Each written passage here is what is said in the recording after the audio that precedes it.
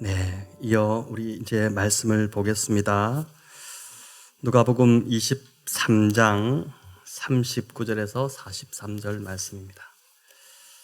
네, 성찬식을 이제 이 성금요일이 되면은 꼭 하는데 이번에는 좀 넘어가고 다음번에 우리가 할 수 있지 않겠나 싶습니다. 네, 성찬이 없지만 오늘 말씀을 통해서 하나님께서 못지않는 은혜로 또 우리를 인도하실 줄을 믿고 우리 함께 말씀을 읽겠습니다. 누가복음 23장 39절에서 43절 저와 여러분 교독으로 읽겠습니다. 달린 행악자 중 하나는 비방하여 이르되 네가 그리스도가 아니냐 너와 우리를 구원하라 하되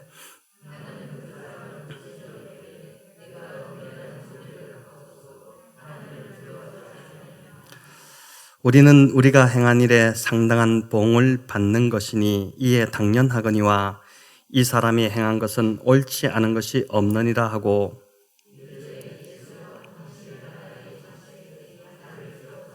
함께 읽습니다. 예수께서 이르시되 내가 진실로 네게 이르노니 오늘 네가 나와 함께 낙원에 있으리라 하시니라. 아멘. 네, 오늘 우리는 예수님께서 십자가에 못 박혀 죽으심을 기념하는 성금요일 예배로 모였습니다. 예수님께서는 금요일 오전 9시에 십자가에 달리셔서 오후 3시까지 6시간 동안 물과 피를 다 쏟으시며 고난받으신 후에 운명하셨습니다. 어떤 교회는 이제 성금요일 예배라고 하지 않고 정사 예배라고 해서 이제 그렇게 표현을 합니다. 못 정자 또 못 박을 정자에다가 이제 죽을 사자를 써서 십자가에 못 박혀 죽으심을 기념하는 예배라는 뜻이죠. 성금요일 예배나 정사 예배나 표현은 뭐 다르지만은 다 이제 예수님의 죽으심 또 그로 인한 우리를 구원하심을 감사하며 기념하는 예배입니다. 오늘 본문은 이제 예수님 옆에서 함께 십자가에 달렸던 그 두 행악자의 이야기입니다. 마태복음 27장과 마가복음 15장에도 이 이야기가 나오지만 이 누가복음과는 차이점이 있습니다. 마태복음과 마가복음에는 두 강도가 다 예수님께 욕을 한 것으로 비방한 것으로 그렇게 나오지만 누가복음은 한 강도만 예수님을 조롱하고 비방한 것으로 그렇게 나옵니다. 이 차이는 아마 처음에는 이제 둘 다 욕을 이 누가복음에서도 했겠지만 십자가에서 6시간을 예수님 가까이 있으면서 이 다른 한 사람의 마음이 바뀌어진 것, 그래서 회개한 것으로 그렇게 이제 볼 수 있습니다. 저자 누가로 인해서 그냥 이 묻힐 뻔했던 구원받은 이 행악자 이야기가 누가복음에 기록이 되었고 세상에 드러났습니다. 그런데 가만히 생각해 보면 이 이야기가 결코 쉽게 지나칠 사소한 이야기가 아닙니다. 예수님의 이 십자가의 희생의 이유를 그 마지막 순간까지 아주 잘 밝혀주고 있는 중요한 사건이기 때문에 그렇습니다. 그래서 네덜란드의 유명한 화가 렘브란트는 이 본문을 가지고 세계의 십자가라는 대작을 남겼습니다. 이 그림은 이제 빛과 어둠의 화가라는 그의 별명답게 빛과 어둠을 이용하는 키아로스쿠로 기법으로 그린 대표적인 이제 작품입니다. 그런데 이 그림을 자세히 보면 이제 예수님을 비방한 강도, 예수님 양옆에 달린 두 강도의 모습이 아주 극적인 대조를 이제 이루고 있는데 끝까지 예수님을 비방했던 이 강도의 얼굴은 굉장히 고통스럽게 일그러져 있고 그 얼굴과 그가 있는 쪽은 매우 어둡게 이렇게 처리가 되어 있는 반면에 예수님께 자신을 기억해달라고 간구한 이 강도 쪽은 밝은 빛이 하늘로부터 비치고 있는 것을 이제 그 그림이 보여줍니다.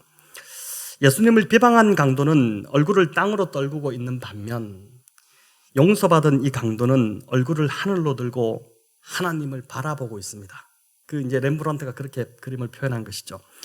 재밌는 건 이 그림 속에 화가 자신인 렘브란트의 얼굴이 보일 듯 말 듯 그려져 있다는 것입니다. 그림 속에 이제 십자가 아래 십자가를 보면 십자가가 있고 양쪽에 두 강도가 못 박혀 있는데 그 십자가 아래 보면은 야유를 퍼붓는 군중들의 그 모습이 이렇게 그려져 있습니다. 그 군중 한가운데에 그림자에 가려서 겨우 알아볼 수 있을 정도의 얼굴만 보이는 한 사람이 있습니다. 바로 렘브란트 자신의 얼굴입니다. 이 렘브란트는 그의 성화 속에 자신의 얼굴을 이렇게 그려넣기로 유명한 화가인데, 스데반 집사가 순교하는 그 성화에도 돌에 맞는 스데반의 그 얼굴 위쪽으로 렘브란트 자신의 얼굴을 이렇게 그려넣었습니다. 왜 그럴까요? 자신의 신앙을 그 성화 속에 담고 싶었기 때문입니다. 이 세 개의 십자가에도 렘브란트는 그 야유를 퍼붓는 군중들 틈에 자신을 그려넣음으로 자신이 바로 예수님을 그렇게 십자가에 못 박은 야유를 보낸 그 군중 죄인이라는 것을 고백하고 있는 것입니다. 자신의 예술 세계가 그냥 예술만 추구하는 것이 아니라 그 예술 세계를 끊임없이 신앙과 연결시키고자 하는 시도를 렘브란트가 평생을 통해서 했다는 것을 알게 됩니다. 자, 이런 의미로 본다면 오늘 이 본문의 현장 속에서 저와 여러분, 우리 역시 나의 얼굴을 이 본문 안에서 발견할 수 있어야 할 것입니다.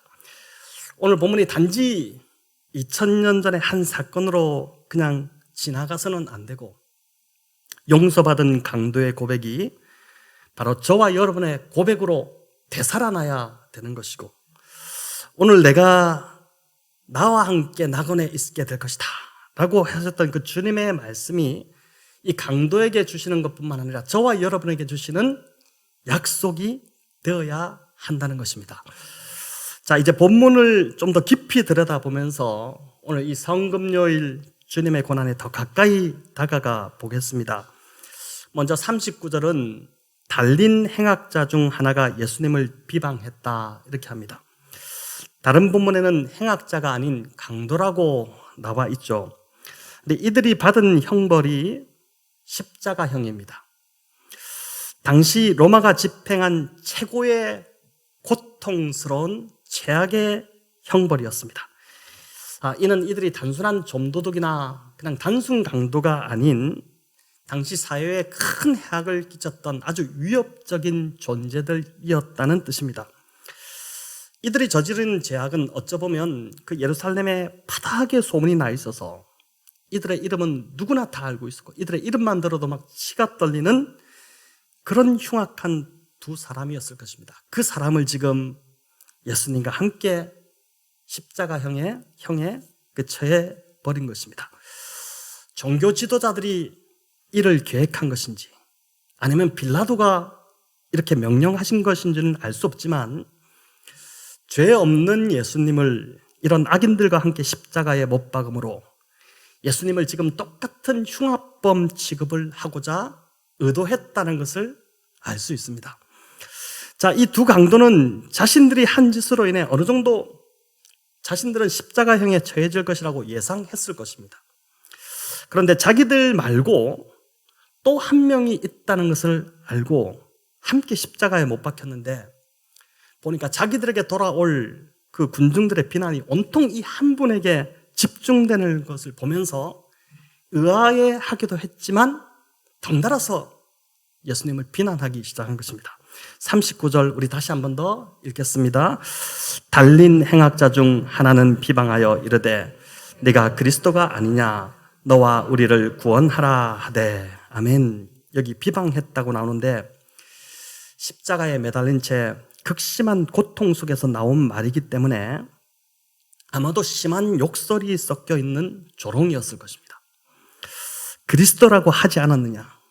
그런데 어떻게 바로 옆에 있는 우리 하나 구원하지 못하느냐? 아니, 심지어 너 자신도 구원하지 못하면서 네가 무슨 그리스도냐? 이렇게 하면서 막 쌍욕을 아마 해대지 않았겠습니까? 우리가 주로 이런 태도를 하나님께 보일 때가 많이 있는 것 같습니다. 고통이 해결되지 않고 지속될 때, 삶이 좀처럼 나아지지 않고 점점 더 힘들어질 때 우리는 주로 이런 태도를 보이게 됩니다. 하나님이시라면 왜 이것 하나 해결해 주시지 못합니까? 왜 이런 고통과 어려움을 나를 사랑하신다고 하면서 왜 자꾸 나에게 이걸 허락하시는 것입니까? 이런 불신의 반응을 보이게 되는 것입니다. 하나님의 구원을 바르게 이해하지 못했기 때문에 나온 반응입니다. 이 강도는 단지 지금의 육신의 고통에서 벗어나는 것이 구원이라고 여겼겠지만 주님이 이루시고자 한 구원은 예수님이 친히 죽으셔야지 되는 구원이었습니다. 자신의 생명을 버리심으로 죄인의 생명을 살리는 구원이었고, 죄 없는 분이 죄를 대신 져줌으로 인류를 무죄하게 만들어버리시는 그런 구원이었던 것입니다. 우리 역시 우리에게 닥친 어려움과 고통이 크기 때문에 충분히 하나님께 이런 비방과 비난, 불평, 불신의 반응을 보일 수 있겠지만 이것이 절대 유익하지 않다는 것을 아셔야 합니다. 최근 저는 한 성도님이 당한 어려움 때문에 그 일을 듣고 꾸준히 기도를 해왔는데 제가 옆에서 보게 된 것은 그런 어려움 중에도 그 성도님께서는 절대 불평하거나 하나님을 원망하는 모습을 전혀 보이지 않으셨다는 것입니다. 묵묵히 기도하시면서 끝까지 하나님을 신뢰하기를 포기하지 않으셨습니다. 그냥 편하게 대화할 때조차도 그런 불평을 한마디라도 낼 수 있겠지만은 전혀 그렇게 하지 않으셨습니다. 하루도 빠짐없이 기도하시고 또 상황이 나빠지면 더 기도하셨습니다. 그런데 더 놀라운 건 그런 와중에도 그 성도님께서는 기독교인다운 품위를 잃지 않으셨다는 것입니다. 본인도 어려우신 상황인데 그 일로 함께 어려움을 겪은 그 동료분이 계셨는데 그분을 더 배려하고 적극적으로 도움을 주셨습니다. 오늘 이 본문의 행악자는 자기 목숨 하나 건지고자 온갖 악한 저주의 말을 지금 다 쏟아놓고 있는데 이 성도님께서는 그 어려움 중에도 그 타인의 고통, 자기와 함께 고통 갖고 있는 그 사람을 먼저 배려하시는 것을 보았습니다. 저는 영적 성숙함이 바로 여기 있다고 믿습니다. 그런데 하나님께서 결국 이번 주에 그 성도님의 기도에 응답하셨습니다. 아주 길게 몇 달을 끌었던 문제가 거의 해결이 되었고 기도한 대로 생각했던 것 그 이상으로 하나님께서 선으로 이끌어 주셨습니다. 그 소식을 들으며 저 역시 정말 하나님이 살아계시며 하나님이 구원자시라는 것을 다시 한번 경험하면서 참 기쁘고 감사했습니다. 이어 여러분 40절은 비방하는 행악자를 꾸짖는 또 한 명의 이 행악자의 모습을 우리에게 보여주는데 우리 40절, 41절 같이 읽겠습니다. 하나는 그 사람을 꾸짖어 이르되 네가 동일한 정죄를 받고서도 하나님을 두려워하지 아니하느냐. 우리는 우리가 행한 일에 상당한 보응을 받는 것이니 이에 당연하거니와 이 사람이 행한 것은 옳지 않은 것이 없느니라 하고 아멘. 이 말은 이런 것이죠. 우리는 흉악한 살인과 강도의 죄를 범했다. 그래서 그 죄에 대한 보응을 받고 있는 것이고 이는 당연하다. 그런데 이분은 그렇지 않다. 이분이 행한 것 중에 옳지 않은 것이 하나도 없다. 그러니 비방을 그치라고 오히려 지금 예수님을 두둔하고 그 상대편 강도를 나무라면서 예수님을 변호하기 시작한 것입니다. 똑같은 죄인이고 똑같은 악한 자입니다. 그런데 어떻게 이런 변화가 갑작스럽게 이 사람 안에서 일어나게 된 것일까요? 먼저는 오늘 본문의 앞에 이 문맥에서 그 힌트를 우리가 좀 찾아볼 수 있습니다. 이 사람이 원래부터 예수님을 믿었던 자가 아니었죠. 그는 또 다른 행악자처럼 처음에는 예수님을 비방하던 자였습니다. 평생 험악한 삶을 살아왔던 자입니다. 다른 사람보다 나을 것이 하나도 없는 오히려 더 악한 사람이었습니다. 그런데 십자가에서 예수님과 함께 달려있던 그 6시간 만에 이런 변화가 일어난 것입니다. 문맥으로 추론해 볼 때 이 사람 안에 일어난 변화의 이유는 사람들의 그 조롱과 모욕에도 불구하고 오히려 그들의 죄를 용서하고 그들을 위해 기도하시는 예수님을 바로 옆에서 지켜보았기 때문이라고 볼 수 있습니다. 우리 34절을 한번 같이 읽겠습니다. 이에 예수께서 이르시되 아버지 저들을 사하여 주옵소서. 자기들이 하는 것을 알지 못함이니이다 하시더라. 그들이 그의 옷을 나눠 제비 뽑을세. 아멘. 여기 보니까 십자가 주변에 있던 자들이 다 예수님을 희롱하고 모멸감을 주는 말들을 서슴지 않고 있습니다. 심지어 지금 여기 군인들은 예수님이 입었던 옷을 서로 갖고자 막 제비 뽑고 있었습니다. 십자가형은 여러분 우리가 한 번도 경험해보지 않았지 않습니까? 근데 그 자체만으로도 견딜 수 없는 고통이기 때문에 입에서 저주와 욕설이 계속해서 쏟아져 나올 수밖에 없다고 합니다. 더구나 모든 사람이 다 예수님을 조롱하고 있었습니다. 그런 상황에서 예수님은 한마디도 하지 않으시고 계속 침묵하시다가 한마디를 내뱉으셨는데 그게 욕이나 원망이 아니라 자신을 희롱하고 십자가에 못 박은 자들의 죄를 용서해달라는 기도셨습니다. 분노보다 강한 사랑과 복수보다 강한 용서가 바로 그 십자가에서 그 순간 그 주님의 십자가에서 흘러나오고 있었던 것이죠. 안타깝게도 한 강도는 이걸 보지 못했는데, 아니 봤어도 그걸 깨닫지 못했는데 또 다른 강도인 이 사람은 주님의 이 모습과 말씀을 다 보고 들었습니다. 그 짧은 순간 그 십자가에서 정신을 잃을 것 같은 고통에 빠져있던 이 강도 안에 주님의 그 거룩한 모습이 들어오기 시작하고 주님의 그 사랑의 음성이 그대로 들어가서 심겨지기 시작한 것입니다. 주님의 말씀은 이처럼 능력이 있습니다. 여러분, 예수님이 부활하신 줄 모르고 엠마오로 돌아가던 이 24장에 나오죠. 처량한 처지의 그 두 제자에게 주님이 나타나셨죠. 함께 길을 동행해 주셨습니다. 그러면서 계속해서 주님이 하신 것은 그들에게 말씀을 계속해서 풀어주셨죠. 나중에 이들이 주님임을 깨닫고 난 후에 이 두 제자 안에 일어난 반응이 여러분 무엇이었습니까? 서로가 그렇게 고백하죠. 우리 속에서 마음이 뜨겁지 아니하더냐. 주님의 그 말씀을 들을 때 우리 속에서 마음이 막 뜨겁지 아니하더냐. 그러니까 예수님의 말씀을 계속 듣고 예수님의 그 사랑의 모습을 계속 경험할 때 나타나는 자연스러운 반응은 마음이 뜨거워지는 것입니다. 마음이 울컥울컥하고 눈물이 흐르게 되는 것이죠. 저는 최근 예배 중에 예배를 이렇게 드리고 있는데 한 성도님 안에서 이런 변화가 일어나는 것을 보았습니다.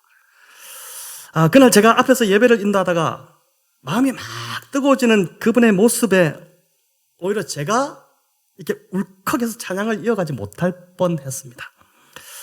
하나님의 말씀은 살았고 운동력이 있기 때문에 그 말씀을 제대로 받아들이는 자 안에 이런 마음이 뜨거워지는 변화가 반드시 일어나게 된다는 것입니다. 그런데 여기서 그치지 않고 일어나는 또 하나의 변화가 있습니다. 하나님을 만난 자는 자신이 죄인임을 고백할 수밖에 없다는 것입니다. 지난주 우리가 살펴본 모세는 떨기나무에 불이 붙었지만 그 나무가 타지 않는 이상한 광경을 보기 위해 가까이 가려고 할 때 그 자리에 찾아오신 하나님을 만나게 됩니다. 하나님께서 모세에게 가장 먼저 하신 말씀이 뭐였습니까? 모세야, 네 발에서 신을 벗어라.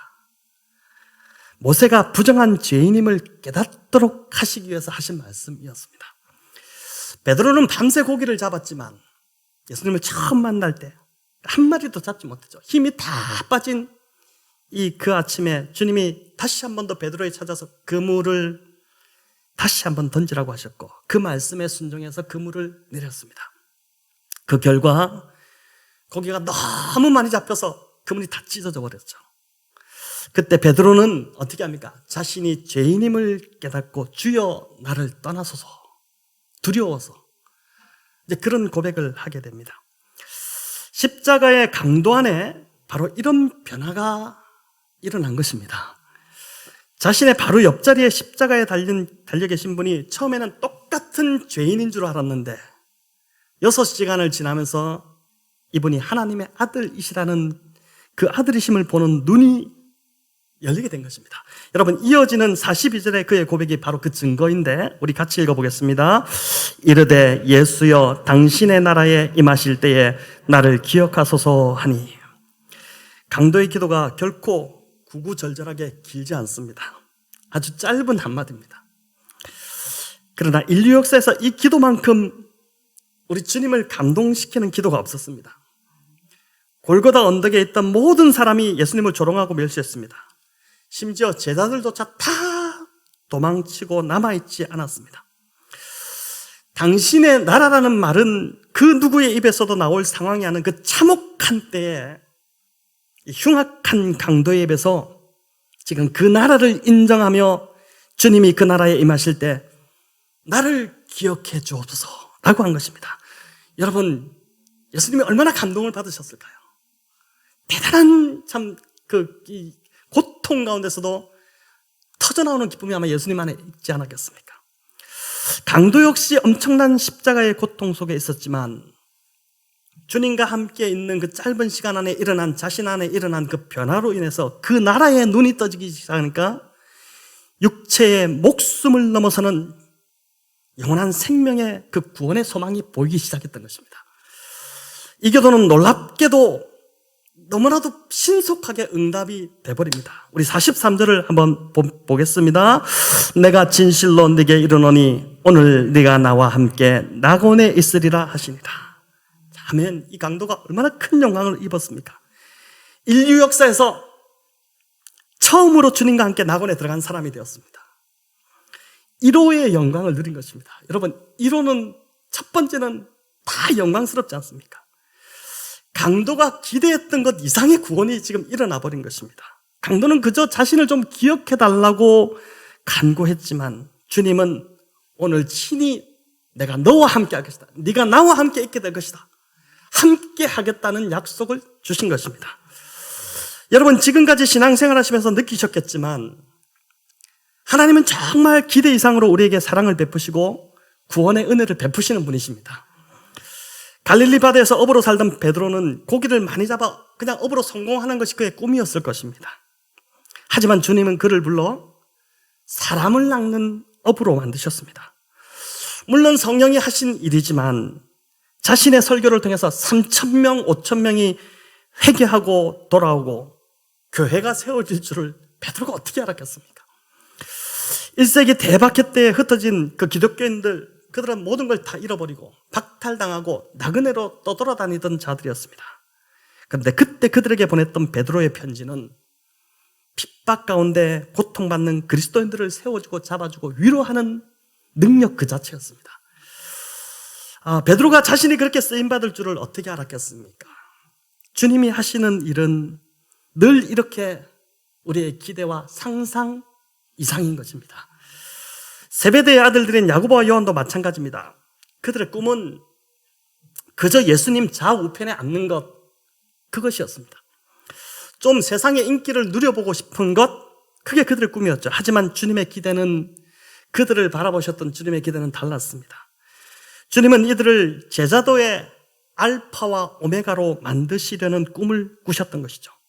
이 주님의 꿈대로 야고보는 12제자 중에 가장 먼저 순교하게 됩니다.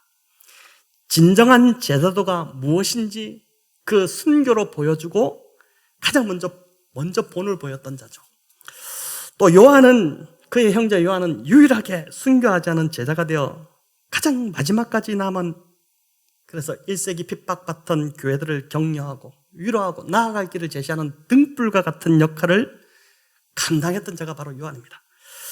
야고보와 요한이 기대했던 것 그 이상으로 주님께서는 이들을 정말 값지게 사용하셨고 구원과 사랑과 은혜를 베푸셨던 것이죠. 저는 저의 지금까지 경험과 또 우리 성도님들의 경험으로도 분명히 말할 수 있습니다. 저와 여러분이 믿는 우리 하나님께서는 우리가 기도하는 것보다 더 넘치게 역사하시며 우리가 생각하는 것보다 더 풍성하게 이루어주시는 분이십니다. 때로는 생각만 했는데도 그게 이루어지는 것을 우리가 경험하지 않습니까? 이 하나님을 끝까지 바라보며 신뢰하시는 우리 모든 성도님들 다 되시기를 축원합니다. 무엇보다 이 강도를 통해서 보게 되는 또 한 가지는 하나님은 과거를 결코 보시지 않는다는 것입니다. 지금 오늘 내가 어떻게 하나님께 반응하는가를 보십니다. 강도의 과거에 그의 삶으로는 절대 낙원에 들어갈 자격이 되지 않습니다. 주님은 그날 그 십자가에서 강도의 과거를 보지 않으셨고 그날 강도가 주님께 간구한 그냥 낮아진 그 모습 그 하나를 보셨습니다. 그의 과거가 아무리 흉악했을지라도 십자가의 은혜가 그 과거를 다 덮고도 남을 만큼 크고 넘쳤던 것이죠. 과거의 신앙으로 지금을 살아가려는 자들이 의외로 많습니다. 이야기만 나누면 자꾸 과거에 자신이 어떻게 잘 나갔던 신앙 이야기를 하십니다. 주님 보시기에 가장 답답한 자들입니다. 이제 시작되는 목장 모임에서는 과거 신앙은 가급적 나누지 마시기 바랍니다. 이번 주 내가 만난 주님, 그 주님을 나누어야 합니다. 내가 묵상한 말씀, 내가 받은 은혜, 그걸 나눠야 되는 것이죠. 그러려면 오늘이라는 시간이 중요합니다. 오늘 내가 말씀을 묵상해야 하고 성경을 읽어야 합니다. 오늘 내가 주님과 얼마나 가까이 교제하느냐가 중요합니다. 최근에 교회 안에 일어난 한 변화가 있는데 제가 보니까 새벽 설교 조회수가 상당히 많아졌습니다. 여러분 잘 모르시는 분들도 있을 텐데 요즘 새벽 기도가 좀 뜸하긴 합니다. 그래서 많아졌나 싶기도 한데 어쨌든 이것은 그만큼 요즘 큐티하고 계시는 성도님들이 상당히 많아지고 있다는 그 증거라서 저는 참 감사한 마음이 들었습니다. 여러분 이 강도처럼 과거가 아무리 엉망이라도 괜찮습니다. 그것은 세상에서는 문제를 삼겠지만 십자가에서는 전혀 문제가 되지 않습니다. 주님은 오늘 내가 지금 어떻게 주님께 반응하느냐 그걸 보시는 것이죠. 또 과거의 신앙이 아무리 대단했다 하더라도 결코 중요하지 않습니다. 오늘 내 삶이 무너져 있고 하나님과 단절되어 있다면, 오늘 내가 말씀에서 떠나 있다면 당장 하나님 앞에 회개하고 엎드려야 하는 것입니다. 신앙은 과거도 미래도 아닌 현재가 중요한 것입니다. 오늘 십자가 앞에서 여러분의 오늘 현재의 신앙은 어떠하십니까? 오늘 이 성금요일 이 시간을 보내면서 오늘 여러분의 신앙은 어떠하십니까? 주여 이 죄인을 기억하소서, 이런 진정한 고백이 지금 여러분 마음 안에서 일어나고 계십니까? 진심으로 말씀드리지만 내가 죄인 중에 괴수라는 이 사실을 믿어주고 고백할 수 있는 사람이 진정 예수 믿는 사람입니다. 내가 탕자의 비유에 나오는 바로 그 탕자입니다, 이렇게 고백할 수 있는 사람이 구원받은 자입니다. 한 목사님이 임종을 앞둔 사람을 전도하기 위해 신방을 가서 오늘 이 본문의 강도 이야기를 들려주었다고 합니다. 이런 죄인도 예수님 영접하고 구원받아 천국 갔으니 이제 선생님도 이제 예수님 영접하시지요, 이렇게 했더니 이분이 그 몸에 힘도 없는 분이 버럭 화를 내시더랍니다. 자신을 그런 범죄자와 견준 것이 기분 나빴다는 것입니다. 혹 아직도 이런 마음을 가진 분이 있으십니까? 십자가에서 자신이 죄인임을 깨닫는 자가 복된 자입니다. 그런 자는 그 십자가에 달리신 바로 그 영광스러운 하나님을 보는 눈이 열리게 될 것입니다. 1년 중 주님의 십자가를 가장 깊이 묵상할 수 있는 이 절기인 오늘 이 성금요일에 주님, 저는 죄인입니다. 저를 기억하여 주옵소서. 저의 흉악했던 과거가 십자가의 은혜로 다 용서받고 이미 다 덮였음을 믿습니다. 이렇게 고백할 수 있는 우리 모든 성도님들 다 되시기를 우리 주님의 이름으로 축원합니다.